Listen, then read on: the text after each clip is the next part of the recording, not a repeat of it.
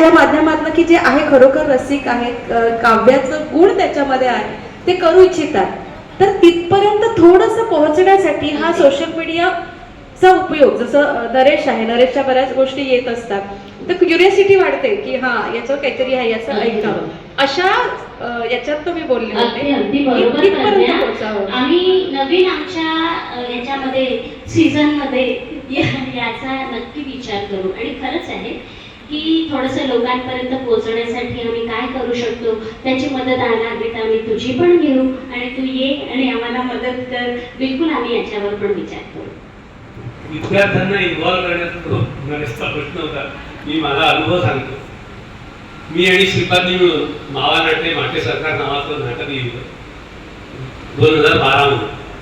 त्याच्यानंतर गोंडवाना युनिव्हर्सिटीमध्ये ते त्यांचं जे काही सिलेक्शन कमिटी असते, त्या सिलेक्शन कमिटीकडे आम्ही 10 प्रती दिल्या आणि ते नाटक MA ला लागलं होतं.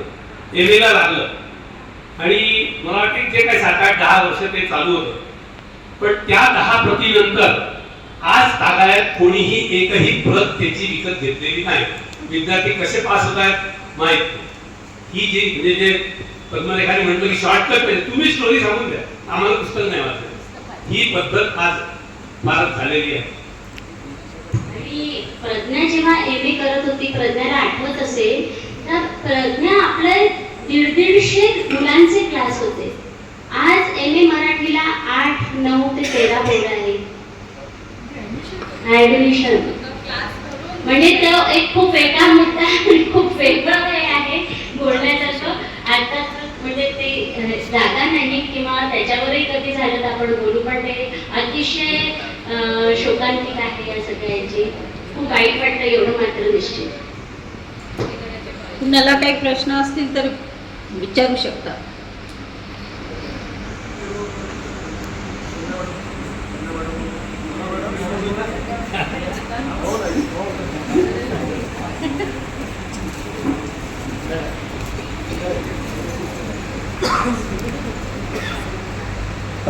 एक वर सदस्य आहे. खरंच एक वर बऱ्याच जणांना घडवलं, त्याच्यामध्ये मी पण आहे. एक वार कव्वार पुढे सुरू होईल नक्कीच अशी अपेक्षा आहे आणि विश्वास सुद्धा आहे. परंतु एक वार कव्वार हा बुधवारी न राहता शनिवारी राहावा थोडी सूचना विनंती होता, सूचना आहे. कारण कसं आहे का सगळे वर्किंग डेज असतात आणि वीकेंड असते शनिवार रविवारला. बहुतेक बँकांना आमच्या सकाळची शाळा असते आणि थोडं फ्रेश मूडमध्ये येता येते, असा माझा अनुभव आहे. तर पुढे जेव्हा सुरू होईल तेव्हा ही सूचना थोडीशी लक्षात घ्यावी अशी नम्र विनंती. तरी आपण सर्व सहमतीने करू.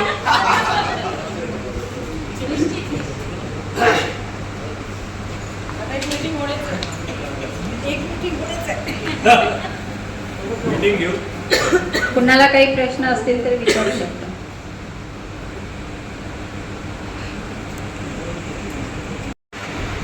माझं हेच म्हणणं आहे की तुम्ही किंवा तुमच्या संपर्कातले जे कोणी त्यांना कवितेत इंटरेस्ट आहे त्यांनी, म्हणजे आता जेव्हा जसं सगळ्या आमच्या कविवारच्या सदस्यांनी ही इच्छा प्रकट केली आहे की आपण नवीन सीझन पुन्हा सुरू करूया, तर त्याची आम्ही एक बैठक घेऊ आणि त्यावेळी आम्ही कळवू, म्हणजे फेसबुकवरही कळवू, व्हॉट्सअपच्याही ग्रुप्सवर कळवू.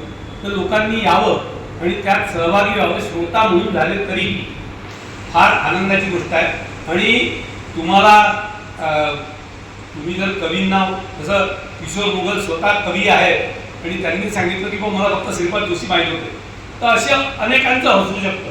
पण आपल्या चंद्रपुरात इतके चांगले चांगले कवी आहेत, ते सगळ्यांना प्रत्यक्ष ऐकायला, त्यांच्याशी चर्चा करायला आपल्याला मिळते. त्याच्यामुळे श्रोता म्हणूनही जरी तुम्ही आलात तरी निश्चितच तुम्हाला त्यातून फायदा होईल. आणि तुमच्या परिचित जे कोणी असतील आणि खास करून जे कोणी यंगस्टर्स असतील त्यांनी यावं. आणि त्याच्यातून म्हणजे मी स्वतः माझ्याबद्दल असंच म्हणतो की बाबा मी वाचनापेक्षा श्रवण भक्तीतून फार जास्ती शिकलो आहे. म्हणजे जे अनेक गोष्टी ज्या आहेत त्या ऐकून तर आजकाल त्या ऐकण्याचं सोशल मीडियामुळे झालंच आहे किंवा तुम्ही यूट्यूबवर ऐका वाचण्यापेक्षा. तर तसं ऐकण्याचं जे काही हे आहे तेही तुम्हाला त्याच्यातून आनंद घेता येईल, तो घेण्यासाठी तुम्ही यावं अशी तुम्हाला विनंती आहे. आणि या सगळ्या गोष्टीसाठी आम्हाला आज आमच्या एकवार कविवारबद्दल बोलण्याची या ठिकाणी संधी आशिष देव यांनी दिली. त्यामुळे त्यांचं आणि त्यांची संपूर्ण चमू जे सातत्याने म्हणजे हा 203वा कार्यक्रम आहे, तर 203 महिने म्हणजे तो काही त्यांचे टोटल हा जो रविवारचा कार्यक्रम तसंच आहे ना, 203वा कार्यक्रम. तर हे जे 203 महिने तुम्ही विचार करा की इतकं सातत्य ठेवणे किती त्याच्यासाठी तुमच्यात पेशन्स पाहिजे. तर तो पेशन्स त्यांनी बाळगला आणि त्यात आम्हाला आज सहभागी करून घेतलं, त्याबद्दल त्यांचे धन्यवाद.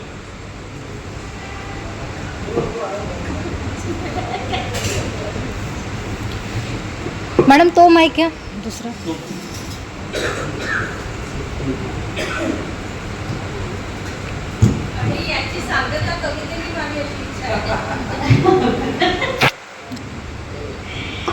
तर कविवारमध्ये आणखीन एक गोष्ट खूप महत्त्वाची झाली ती म्हणजे आम्ही स्वतःचं पण आत्मपरीक्षण करायला शिकलो.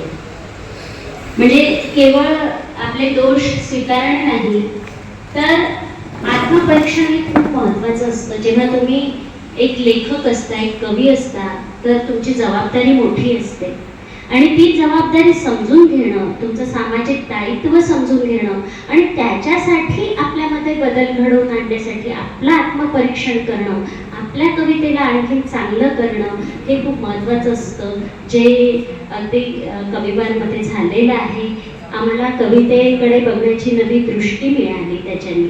आणि खरंच आहे, कविता ही तशीच असते. म्हणजे साहित्य म्हणजे काय, कविता म्हणजे काय, हे असे अनेक प्रश्न आम्हाला हळूहळू कळायला लागले, आकलन व्हायला लागले. आणि मी सांगते की हा जो शोध आहे ना आमचा कवितेचा, म्हणजे माझ्या बाबतीत तर मी निश्चित म्हणेन की हा कवितेचा शोध माझा आजही निरंतर सुरू आहे, निरंतर सुरू, आणि तो सुरूच राहील. मी असं म्हणेन की कविवार हा एक वाटाडे आहे. तुम्हाला वाट भाष्यकार ते वाट पुस, तू जर माऊली म्हणत असेल तर कोणाला तरी वाट पुसली पाहिजे ना आपण जाताना. तर हा जो वाटाडा आहे, मार्ग दाखवणारा, वाट दाखवणारा, तसा मला नेहमी कविवार वाटतो. म्हणून कविवारचं महत्त्व मला खूप वाटतं. मला असं वाटतं की कविता सादर कर असं म्हटलं आहे, तर मग एक कविता सादर करून आपण शेवट करूया.